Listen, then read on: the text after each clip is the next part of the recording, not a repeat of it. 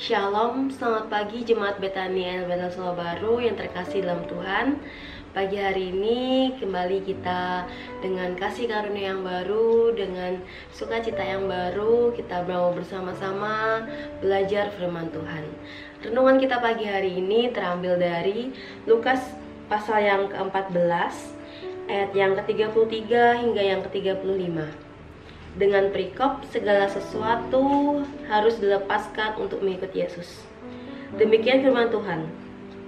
Demikian pula lah tiap-tiap orang di antara kamu yang tidak melepaskan dirinya dari segala miliknya tidak dapat menjadi muridku. Garam memang baik, tetapi jika garam juga menjadi tawar, dengan apakah ia diasinkan?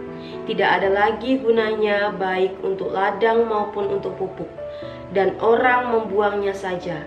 Siapa mempunyai telinga untuk mendengar, hendaklah ia mendengar. Sejak dulu banyak orang yang datang mengikuti Yesus dengan berbagai macam motivasi. Ada yang datang untuk mendengar pengajarannya, ada yang datang hanya untuk sekedar melihat, dan ada juga yang datang untuk meminta kesembuhan. Nah, dari kesemuanya itu Tuhan menghargai apa yang orang-orang lakukan gitu kan. Ya walaupun sebenarnya Tuhan itu merindukan setiap orang yang datang, setiap orang yang mendekat gitu kan. Tuhan mau orang-orang di sekitar itu menjadi muridnya gitu kan, mau mengikut Tuhan gitu.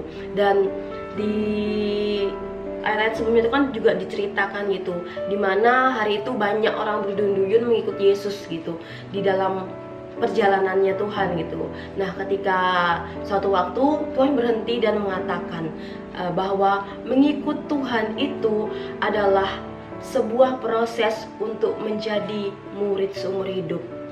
Mengikut Tuhan itu adalah sebuah proses dimuridkan seumur hidup. Kenapa saya bilang dimuridkan gitu kan? Karena Tuhan mau kita itu menjadi murid-muridnya Tuhan gitu.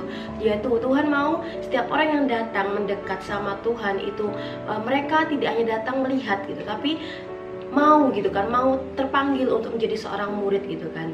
Dan di sini menjadi murid Tuhan itu ialah salah satu tahap panggilan utama dalam hidup kita, saudara. Dan setiap orang percaya Tuhan mau kita itu melangkah menjadi murid-muridnya Tuhan.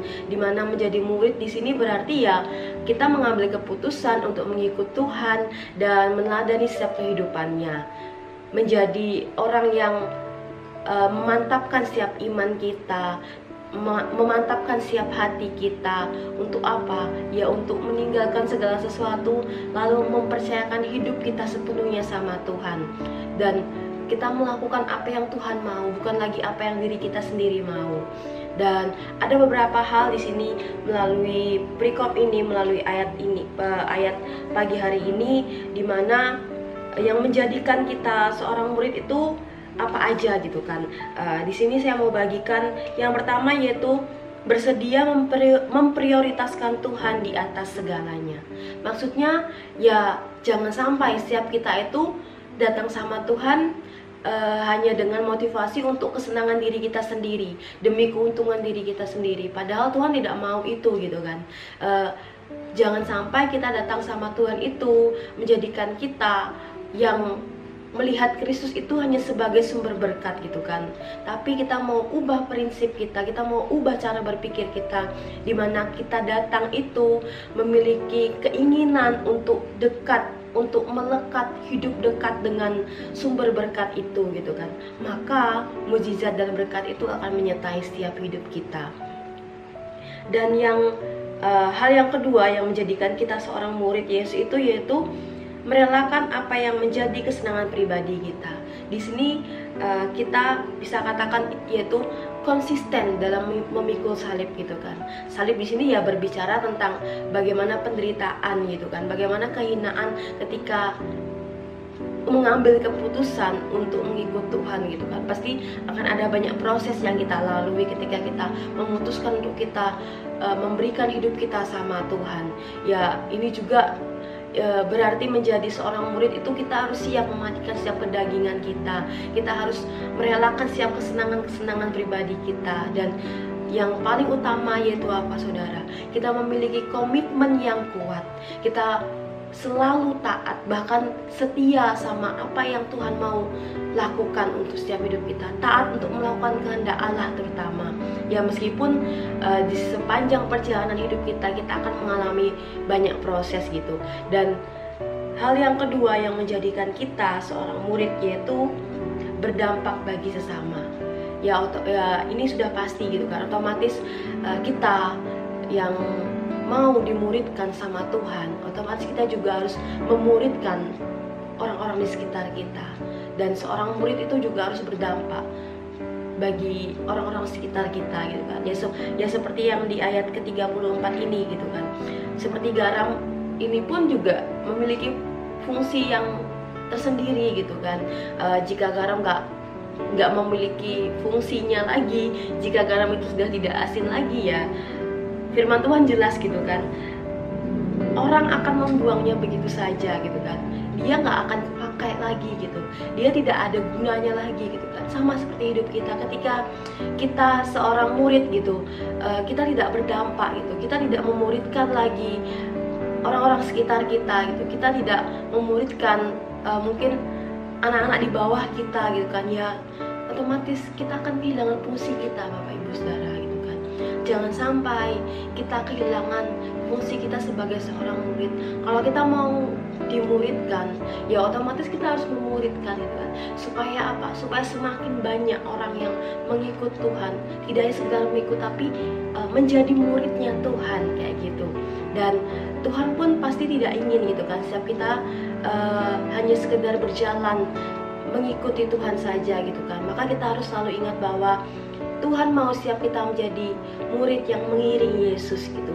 Ia mau dan Ia menghendaki kita mengikuti teladannya dan menjadi murid-muridnya. Dan pagi hari ini kita muridnya Tuhan, kita sebagai anak-anaknya Tuhan, biarlah kita menjadi murid yang sejati. Yaitu murid sejati itu memiliki komitmen yang kuat, yang mau menerima pengajaran dan didikan dari Tuhan sendiri, bukan hanya dari orang-orang lain saja gitu.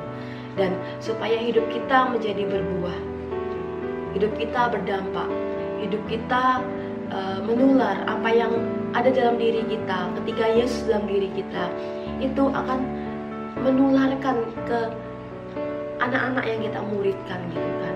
Dan yang terakhir, kita akan bisa menjadi berkat buat banyak orang gitu kan, seperti hidup Kristus gitu kan, memberkati banyak orang gitu kan. Dan bagaimana perjalanan ke-12 murid Yesus pun juga, mereka harus meninggalkan banyak hal gitu. Mereka harus merelakan hal-hal yang menjadi kesenangan mereka sendiri gitu kan. Ya itu yang Tuhan mau gitu kan. Bagaimana kita meneladani setiap kehidupan Tuhan itu, bagaimana kita meneladani setiap gaya hidupnya Tuhan gitu. Dan pagi hari ini biarlah ini menjadi perenungan kita bersama. Kita mau sama-sama lebih taat lagi, kita mau sama-sama memiliki komitmen yang kuat untuk dimuridkan dan memuridkan sesama kita. Dan biarlah pagi hari ini sebelum kita melakukan setiap aktivitas kita mau mengingat kembali bagaimana Tuhan itu benar-benar mengasihi setiap hidup kita. Tuhan itu setia menunggu setiap hidup kita, siap kapan kita siapnya untuk kita dididik lagi sama Tuhan. Dan biarlah firman Tuhan hari ini memberkati Bapak Ibu Saudara sekalian. Yang berbahagia ialah mereka yang mendengarkan firman Tuhan dan memeliharanya hari lepas hari. Selamat pagi, selamat beraktivitas. Tuhan Yesus memberkati.